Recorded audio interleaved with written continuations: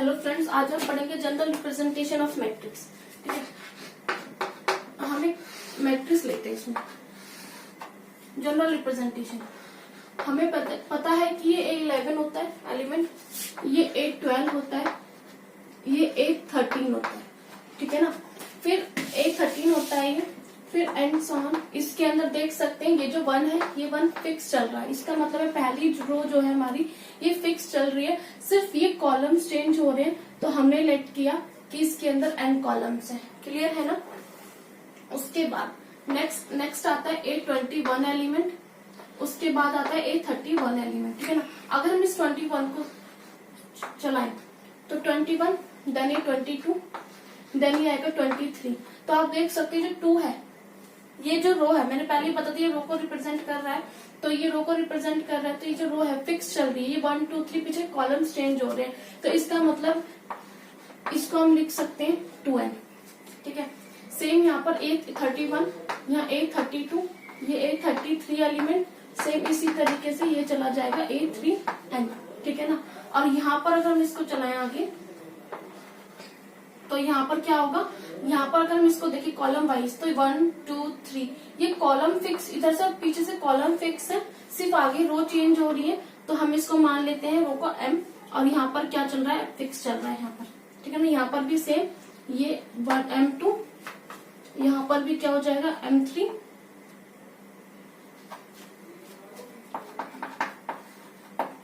यहाँ हो जाएगा mn का मीनिंग है कि यहाँ से तो यहाँ से हमारी एम्स तो रोज चल रही थी और यहाँ से हमारी n कॉलम चल रही थी। तो लास्ट जो होगा हमारा m रो n कॉलम। तो यानी इस वाली मैट्रिक्स का जो ऑर्डर हम निकालेंगे वो क्या होगा, m रोज और n कॉलम्स का होगा। हम बीच में मान लेते हैं कि अब इसके अंदर बीच में एक रो और जित कॉलम आ रही है। ठीक है ना, एक रो और जित कॉलम। तो हम यहाँ सपोज करते हैं यहाँ पर एक तो रो है। ठीक है ना, तो यहाँ पर क्या आ जाएगा 3। ठीक है ना, कि इथ रो है तो इसलिए आई फिक्स रहेगा और पीछे के चेंजेस जाएंगे। और इथ अगर रो है तो अब हम यहाँ से स्टार्ट करें कि ये जो जे है वो कॉलम चलेगा, तो 1 और यहाँ से क्या आ जाएगा जे, यहाँ से आ जाएगा A2J, यहाँ पर क्या आ जाएगा A3J। ठीक है ना, और इस वाले पॉइंट पे आ जाएगा A I और J। यहाँ पर क्या आ जाएगा, यहाँ पर देख सकते हो रो तो फिक्स चल रही है। ठीक है ना, सिर्फ चेंज हो रहा है, तो क्या रहेगा यहाँ पर n आ जाएगा। क्लियर है यहाँ तक। उसके बाद यहाँ पर क्या हो जाएगा, ये सारी क्लियर चीजें होगी यहाँ तक हमारे पास जनरल मैट्रिक्स वाली हमारी है ये एंड सो ऑन, क्योंकि बीच में बहुत सारी रोज और कॉलम्स आ रही होंगी। ठीक है ना, ये हमारा ऑर्डर निकलता है किसका, m रोज और n कॉलम का। ये हमारी जनरल रिप्रेजेंटेशन ऑफ मैट्रिक्स। और ये जो हमारा m इंटू n होता है ये ऑर्डर ऑफ मैट्रिक्स होता है, जो मैंने कल ही प्रीवियस वीडियो में बताया था। ऑर्डर ऑफ मैट्रिक्स क्या होता है, ऑर्डर ऑफ मैट्रिक्स होता है हमारा नंबर ऑफ रोज इंटू में नंबर ऑफ कॉलम। तो यानी ऑर्डर ऑफ मैट्रिक्स निकालने के लिए आपको क्या पता होना चाहिए था, नंबर ऑफ रोज का पता होना चाहिए था, नंबर ऑफ कॉलम्स का पता होना चाहिए था। तो नंबर ऑफ रोज और कॉलम्स आप काउंट कर लेते थे इसे नंबर। ठीक है ना, और नंबर ऑफ रोज को हम m से डिनोट करते हैं और नंबर ऑफ कॉलम को हम किससे डिनोट करते हैं, n से। हम इसको ऑर्डर ऑफ मैट्रिक्स कहते हैं।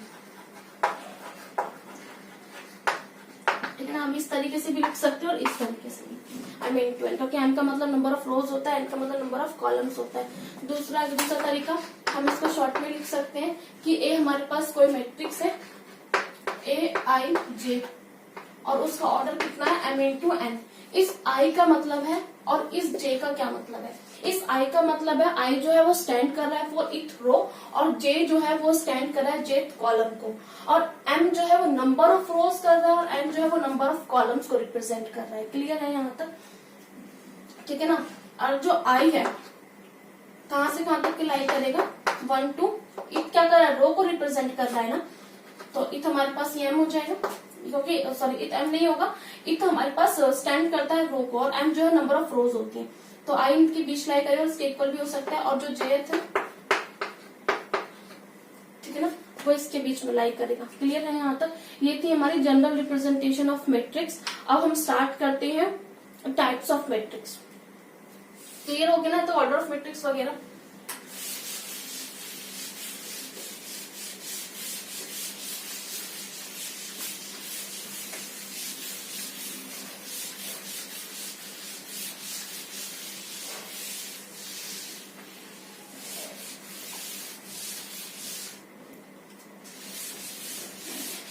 स्टार्ट करते हैं टाइप्स ऑफ मैट्रिक्स।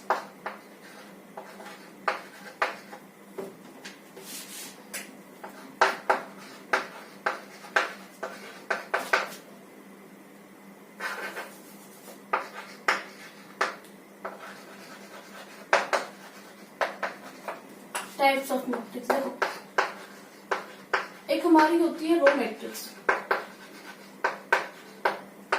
दूसरी हमारी होती है कॉलम मैट्रिक्स, ठीक है ना, क्लियर। तीसरी हमारे पास होती है स्क्वायर मैट्रिक्स,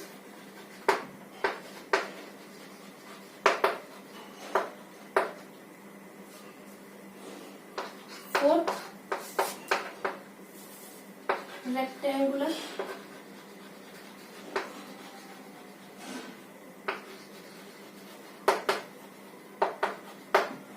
जो हमारे पास फिफ्थ होती है वो आइडेंटिटी,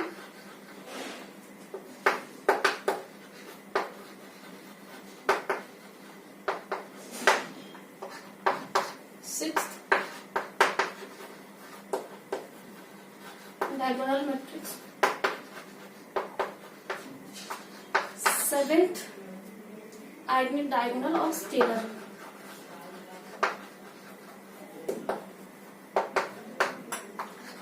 एट्थ होती है हमारे पास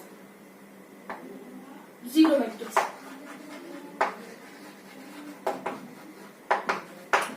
नाइन्थ होती है इक्वलिटी मैट्रिक्स,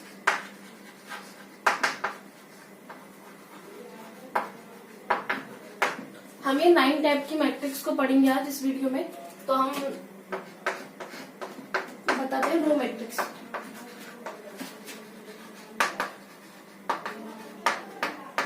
रो मैट्रिक्स क्या होती है, ठीक है ना।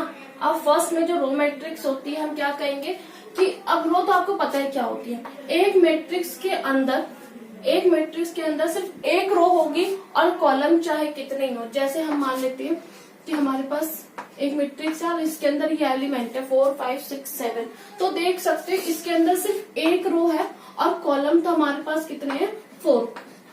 कॉलम कितने हमारे पास इसमें 4। तो यानी जिस मैट्रिक्स के अंदर एक रो होगी उसको क्या कहेंगे, रो मैट्रिक्स कहेंगे। सेम क्या होता है हमारे पास, कॉलम मैट्रिक्स होता है। क्या होता है हमारे पास, कॉलम मैट्रिक्स। तो कॉलम मैट्रिक्स में भी ये होता है कि हमारे पास सिर्फ एक कॉलम होगी चाहे रो आपके पास कितने ही हो। हमारे पास क्या है 4 5 6 7 जो है वो एलिमेंट ऑफ द मैट्रिक्स के। इसके अंदर देख सकते हैं कि हमारे पास कॉलम एक है लेकिन हमारे पास रो कितनी है, इसमें 4 है। तो इसलिए कॉलम मैट्रिक्स क्लियर है ना यहाँ तक कि जिस मैट्रिक्स के अंदर एक कॉलम होगी उसे कॉलम मैट्रिक्स कहते हैं, जिसके अंदर एक रो होगी उसे रो मैट्रिक्स कहते हैं। अब हम पढ़ के आ चुके हैं कि ऑर्डर ऑफ मैट्रिक्स कैसे निकालते हैं। तो हम अगर रो मैट्रिक्स का अगर मॉडल निकाले तो हमें पता है कि पहले हम रो लिखते हैं, इंटू में कॉलम लिखते हैं। तो एक रो है और कितनी कॉलम है यहाँ पर, 4।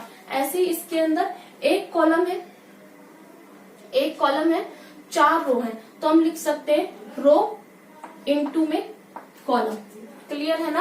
अब ये देखोगे 1 इंटू 4 और 4 इंटू 1 का मीनिंग तो सेम है, आना तो 4, लेकिन नहीं, इन दोनों का मैट्रिक्स के अंदर ऑर्डर चेंज हो जाता है, बहुत डिफरेंस होता है मैट्रिक्स में। ये 1 जो है वो रो को डिनोट कर रहा है, जो 4 है वो कॉलम को डिनोट कर रहा है। और यहाँ पर रिवर्स है कि 4 यहाँ पर रो को डिनोट कर रहा है और 1 यहाँ पर कॉलम डिनोट कर रहा है। क्लियर है ना। तो ये दो मैट्रिक्स हमारी होगी, रो मैट्रिक्स और कॉलम मैट्रिक्स। अब हम काम करते हैं स्क्वायर मैट्रिक्स पर।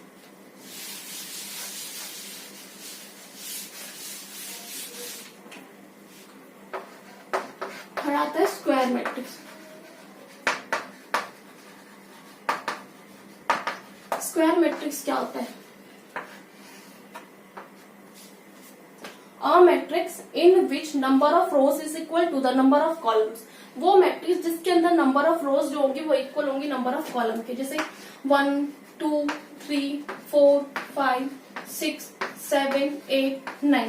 अब हमारे पास ये मैट्रिक्स है, इसके अंदर हम देख सकते हैं कितनी रो है, R1 R2 R3। Same column देख लो, कितने कॉलम से हमारे पास C1 C2 C3। तो हमारे पास 3 रो है 3 कॉलम है, तो हम इस वाली मैट्रिक्स का ऑर्डर क्या कह सकते हैं, 3 इंटू 3। तो जिसके अंदर नंबर ऑफ रोज इक्वल होंगी नंबर ऑफ रोज के, उसको हम स्क्वायर मैट्रिक्स कहते हैं। मैं एक और एग्जांपल लेती हूँ, जैसे हमारे पास ये है। अब इसके अंदर आप देख सकते हैं हमारे पास 2 ही रो है, 2 ही कॉलम है, तो ये क्या होगी हमारे पास, ये स्क्वायर मैट्रिक्स होगी। क्लियर यहाँ तक। अब हम क्या करते हैं, यहाँ पर फोर्थ मैट्रिक्स क्या है, रेक्टेंगुलर।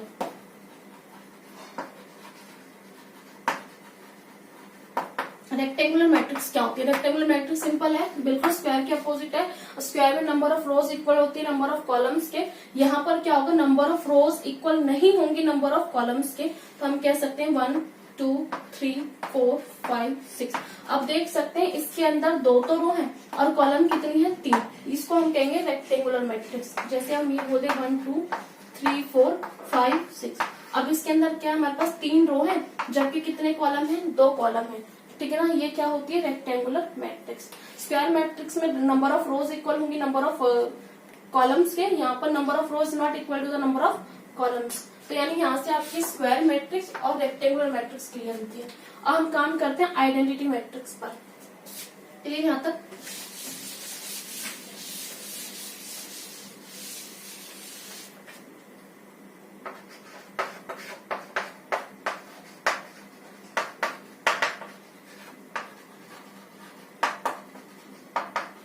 आइडेंटिटी मैट्रिक्स क्या होती है? आइडेंटिटी मैट्रिक्स के अंदर क्या होता है, हमारे पास नंबर ऑफ रोज इक्वल होंगे नंबर ऑफ कॉलम्स के।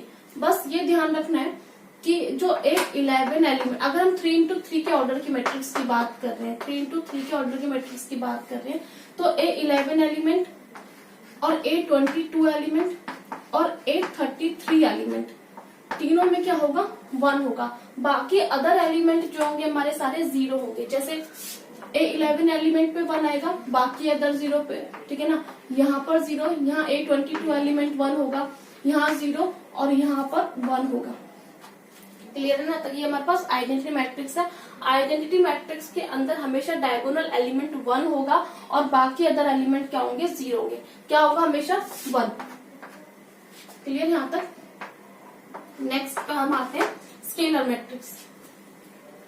हम स्केलर पढ़ते हैं, पहले डायगोनल बाद में, पहले स्केलर पढ़ते हैं। जो हमारे पास 7th मैट्रिक्स है, स्केलर मैट्रिक्स, ठीक है ना। स्केलर मैट्रिक्स क्या होती है, स्केलर मैट्रिक्स में भी नंबर ऑफ रोज इक्वल होगी नंबर ऑफ कॉलम्स के।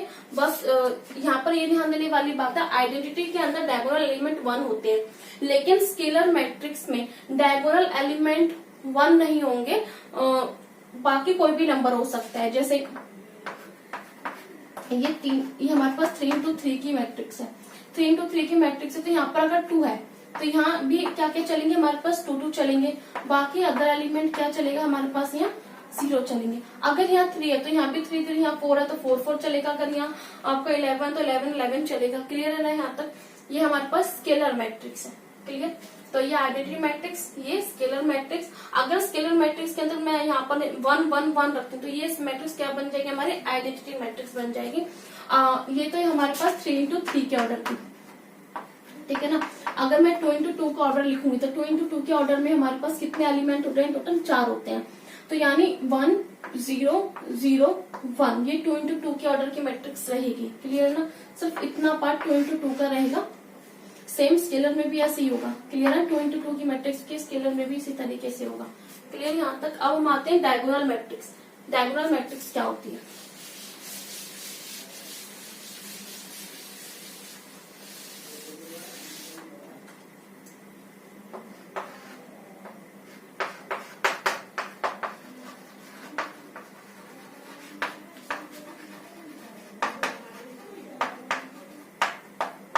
डायगोनल मैट्रिक्स क्या होती है? डायगोनल मैट्रिक्स में भाई आइडेंटिटी और स्केलर वाला ही से समझ आ जाएगा आपको, सेम एज इट इज है, लेकिन फर्क इतना है कि स्केलर मैट्रिक्स में डायगोनल एलिमेंट सेम होते हैं, नंबर चाहे कुछ भी हो। आइडेंटिटी मैट्रिक्स में 1 होंगे।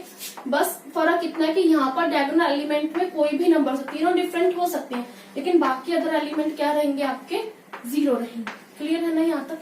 कोई भी नंबर हो आपके पास, 4 या 5 या 6 ले लो, नंबर्स डिफरेंट रहे डायगोनल पर, लेकिन सेम नहीं होने चाहिए। क्लियर है यहाँ पर। और हमारे पास आती है फिर नेक्स्ट हमारे पास आती है जीरो मैट्रिक्स।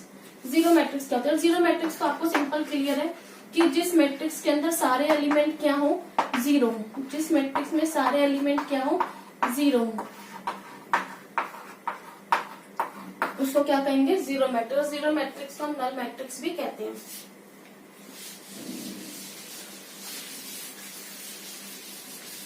अब हम आते हैं लास्ट हमारे पास है इक्वलिटी मैट्रिक्स। इक्वलिटी मैट्रिक्स क्या होती है?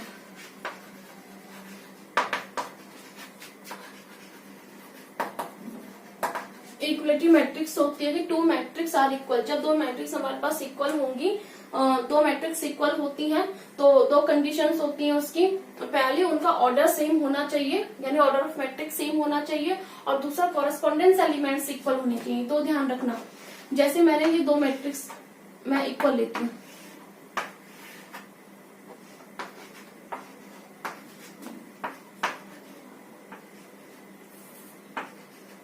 मैंने दो मैट्रिक्स इक्वल ली, तो इसका अब इक्वलिटी मैट्रिक्स की डेफिनेशन में दो कंडीशन होती हैं कि जो दो मैट्रिक्स इक्वल होती हैं तो उनके ऑर्डर ऑफ मैट्रिक्स सेम होनी चाहिए। तो देख सकते हो ये भी 2x2 ऑर्डर की मैट्रिक्स है और ये भी 2x2 के ऑर्डर की मैट्रिक्स है। तो पहली कंडीशन सेटिस्फाई, दूसरे से कॉरेस्पॉन्डेंस एलिमेंट इक्वल होते हैं।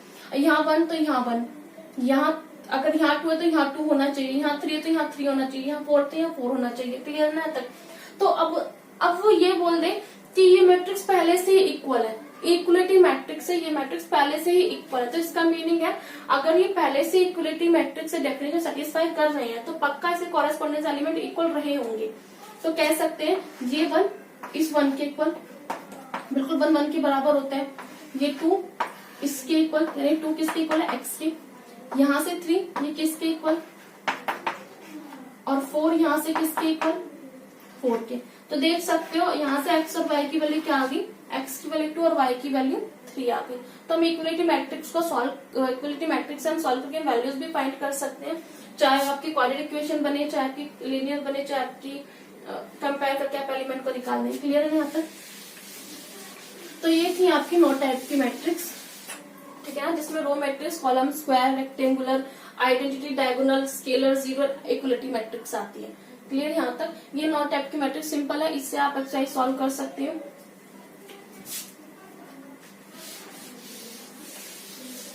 एक क्वेश्चन हम लेते हैं, इंपॉर्टेंट क्वेश्चन है, 1 नंबर का आता है कि एक हमारे पास स्क्वायर मैट्रिक्स पे है क्वेश्चन।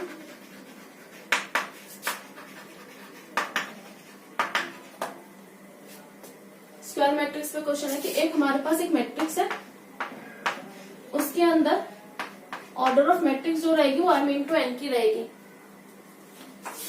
4 ऑप्शन है इसके, या तो रो जो होगा वो बड़ा होगा कॉलम से, सेकंड ऑप्शन, या रो जो होगी वो लेस होगी किससे? कॉलम से, या तीसरा ऑप्शन, या दो रोज और कॉलम इक्वल होंगे, फोर्थ नन ऑफ दीज। तो हम क्या कहेंगे? ठीक है ना। अब उसने बोला है कि ए हमारे पास कोई एक मैट्रिक्स है जिसका ऑर्डर m into n है, तो स्क्वायर मैट्रिक्स क्या सेटिस्फाई करेगा? स्क्वायर मैट्रिक्स एक ही चीज सेटिस्फाई करता है जिसमें नंबर ऑफ रोज क्या होते हैं? इक्वल होती है नंबर ऑफ कॉलम के। हम लोग डेफिनेशन से पढ़ के आए, नंबर ऑफ रोज इक्वल होनी चाहिए। तो यहाँ तो रो जो है वो बड़ी है कॉलम से, नहीं, यहाँ पर रो जो वो लेस है कॉलम से, बिल्कुल गलत। यहाँ पर नंबर ऑफ रोज इक्वल होनी चाहिए नंबर ऑफ कॉलम के, ये आपका करेक्ट आंसर है। क्लियर है यहाँ तक?